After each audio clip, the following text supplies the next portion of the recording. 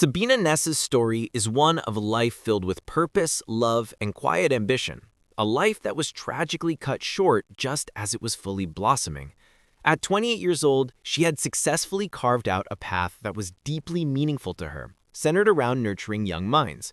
She was a Year 1 teacher at Rushy Green Primary School in Catford, London, a position she had secured only a year after earning her teaching degree. Her classroom was a world of 5- and 6-year-olds, a space where she could impart not just academic knowledge, but also kindness and curiosity. Her colleagues and the parents of her students consistently described her as a brilliant educator, one whose caring nature and absolute commitment to her pupils made her an exceptional presence in their lives. Outside of the school walls, Sabina had built a life she cherished in an affordable southeast London neighborhood, a vibrant area popular with young families and professionals like herself. She shared a flat with a roommate, a home she took great pride in and often filled with fresh flowers, creating a warm and inviting personal space. This home was strategically located within walking distance of the amenities she enjoyed, including several pubs and restaurants, and, most notably, the sprawling, lush green space of Cater Park, which was merely a 5-minute walk from her doorstep. Sabina loved nature and found peace in walking through the park, admiring the carefully tended flower beds and the beautiful homes that lined its perimeter. The area had a strong reputation for being safe, a fact that provided a sense of comfort, though Sabina, like many women, typically maintained a cautious awareness and usually avoided walking through the park after dark, a simple common-sense rule for personal safety. This careful, joyful life was the culmination of a journey that began in the rural countryside of Bedfordshire, where she grew up as the second of 4 sisters, in the only Asian family in a small, welcoming village. Her bond with her older sister, Jabina Yasmin, was particularly powerful. They were only 11 months apart, a closeness that spanned from childhood into adulthood, with Sabina playing the role of a doting, amazing aunt to Jabina's 2 young daughters. This foundation of family, her dedication to her career, and her appreciation for her community paints a picture of a woman who is deeply rooted, loved, and looking forward to a future full of promise on that fateful Friday evening in September. So Friday, September 17th, 2021 was supposed to be normal, just a simple, pleasant outing for Sabina Nessa. Her plan was to meet a friend at a popular local gastropub known as the Depot, which was right near the Kidbrooke commuter rail station. This place was like a mini hub for all the neighbors to gather and unwind. Sabine was running a bit behind schedule, and as the clock neared 8:30 p.m., she had the common dilemma of which route to take. The safest, longer route would have to taken her along the well-lit main roads, but the most direct path was a shortcut through the familiar expanse of Cotter Park. This shortcut would reduce her commute time to just 5 minutes, something that is definitely very tempting when you were late. It's a decision that a lot of people make every day, weighing convenience against a faint underlying unease. Sabina was acutely aware of the potential risks. Her habit was to avoid the park after dark, a personal rule that women are so often taught to exercise.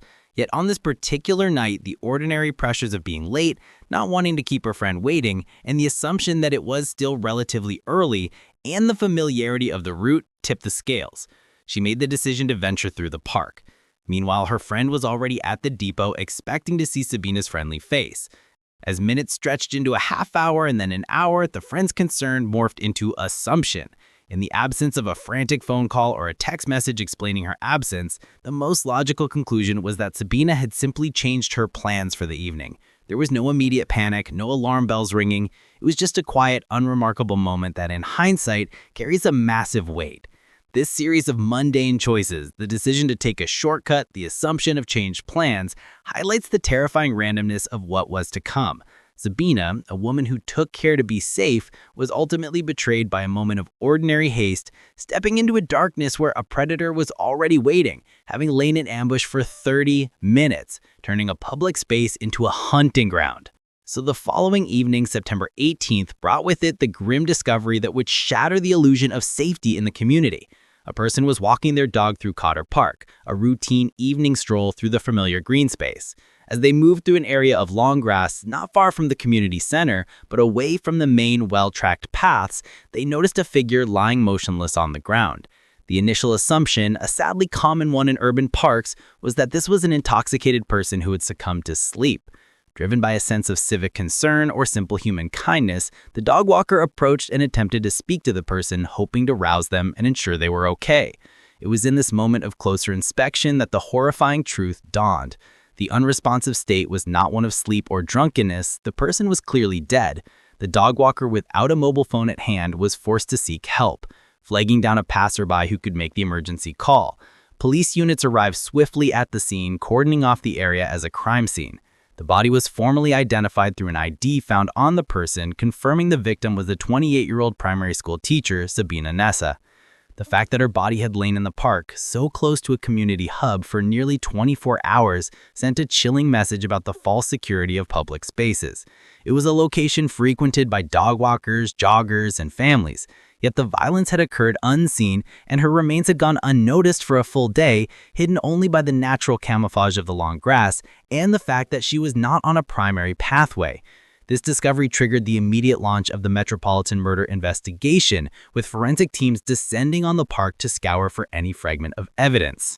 In the immediate aftermath of the discovery, the Metropolitan Police launched a massive investigation, with their focus sharply turning to the network of CCTV cameras that monitored the streets surrounding Cater Park. While the park itself lacked surveillance, the nearby roads, squares, and commercial areas were covered, offering a digital timeline of comings and goings. The initial review of this footage led to the swift arrest of a man in his 40s on suspicion of murder by that Saturday evening. However, this early lead proved to be a false start, and the man was later released under investigation, leaving detectives back at square one. Meanwhile, on Monday, September 20th, an autopsy was conducted on Sabina's body, but the results were frustratingly deemed inconclusive, requiring further tests to determine the exact cause of her death. It was also on this Monday that Sabina's name was officially released to the media, transforming her from an anonymous victim into a beloved community figure whose smiling photo was now splashed across news outlets, a face attached to the tragedy. While this public investigation unfolded, a private, devastating grief was consuming her family. The previous Sunday morning, Sabina's older sister, Jabina Yasmin, had received a phone call she assumed was from Sabina. Instead, it was another sister delivering the incomprehensible news that Sabina was dead. At that moment, they had no details, no how, no why, only the shattering fact of her loss. Jabina gathered her husband and two young daughters and began the drive to their parents' childhood home in Bedfordshire. Upon arrival at her parents' house, the family was forced to wait for over an hour for official confirmation from the police, an interval that felt like an eternity. When the officers finally arrived, they did not just confirm Sabina's death, they detailed the horrific, violent manner in which she was killed, intensifying the family's grief with the brutal reality of her final moments. This period was a torturous limbo for the Nessa family, trapped between public speculation and private agony, with their world irrevocably broken. As the Nessa family grappled with their unimaginable loss, the police investigation was building towards a grim breakthrough. The meticulous review of hundreds of hours of CCTV footage began to paint a clear and chilling picture of the killer's movements on the night of September 17th. The man in the footage was identified as 36-year-old Koci Salamic, an Albanian national who had entered the UK illegally and was living in the seaside town of Eastbourne, over an hour-and-a-half's drive from London. The footage revealed a sequence of events that showed a predatory and premeditated attack. Earlier that day, Salamic had been in Eastbourne, where he confronted his estranged wife at the Grand Hotel where she worked. After she refused his sexual advances, he became furious. He then drove to London, stopping at a Sainsbury's supermarket where he purchased a rolling pin, chili flakes, and an energy drink.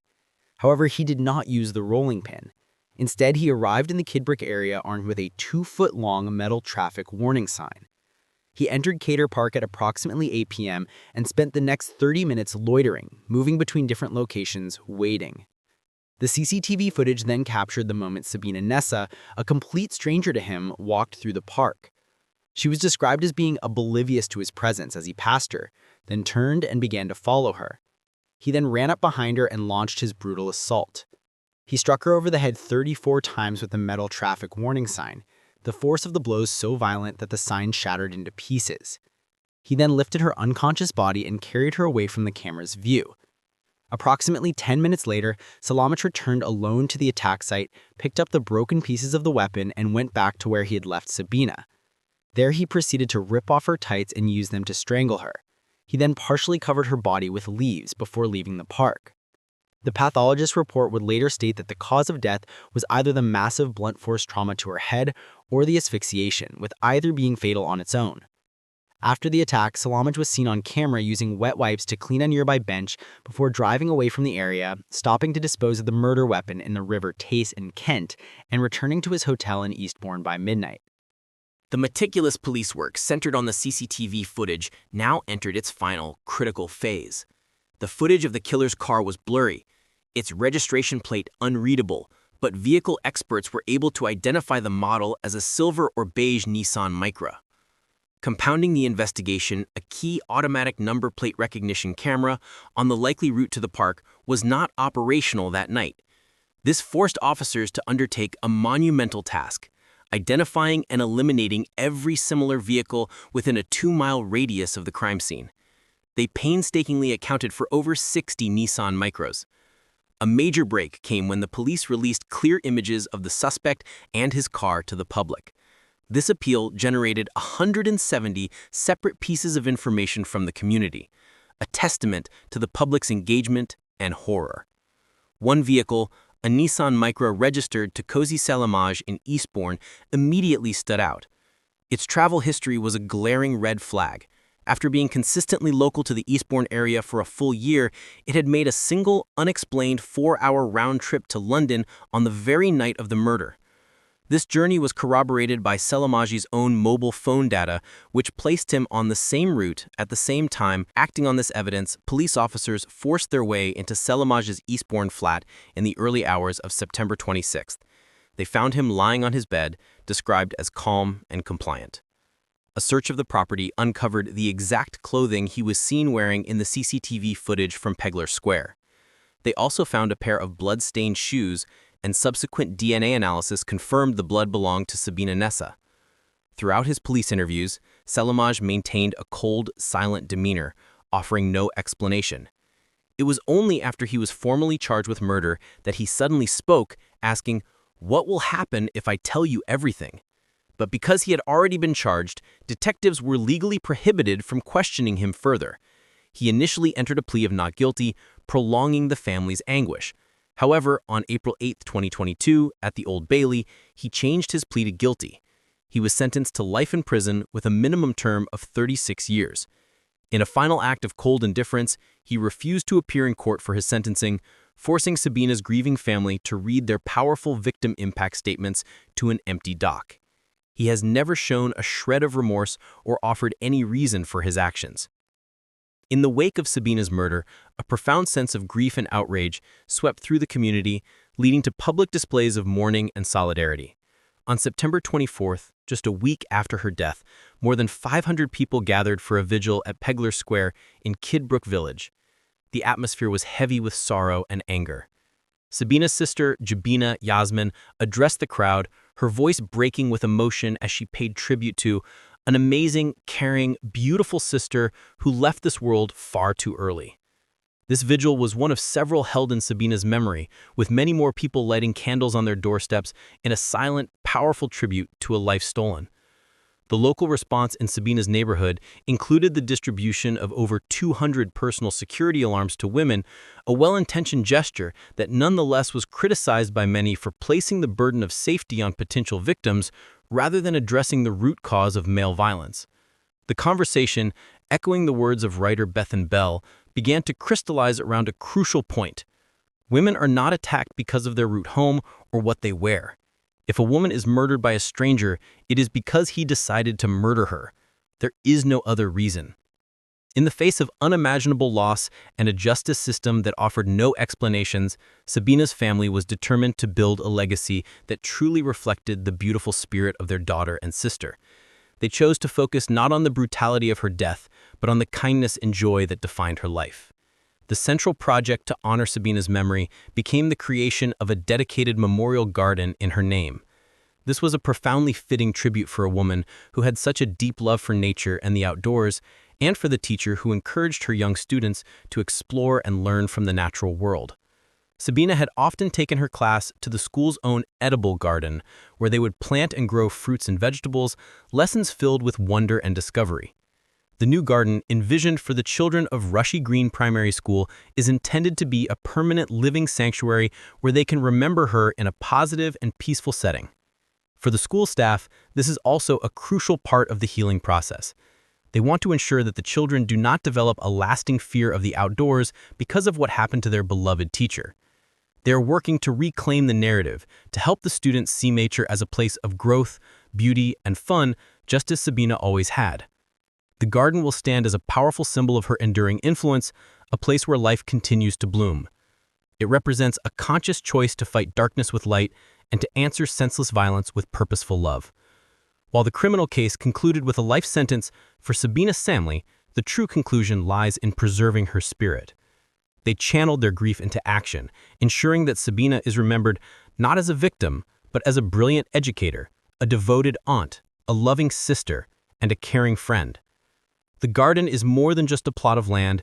It is a promise to keep her passion for life alive, a safe haven for children to learn and play, and a poignant reminder that even in the face of profound tragedy, hope can still take root and grow, ensuring that Sabina Nessa's legacy continues to inspire long after she was taken. May her gentle soul continue to live on.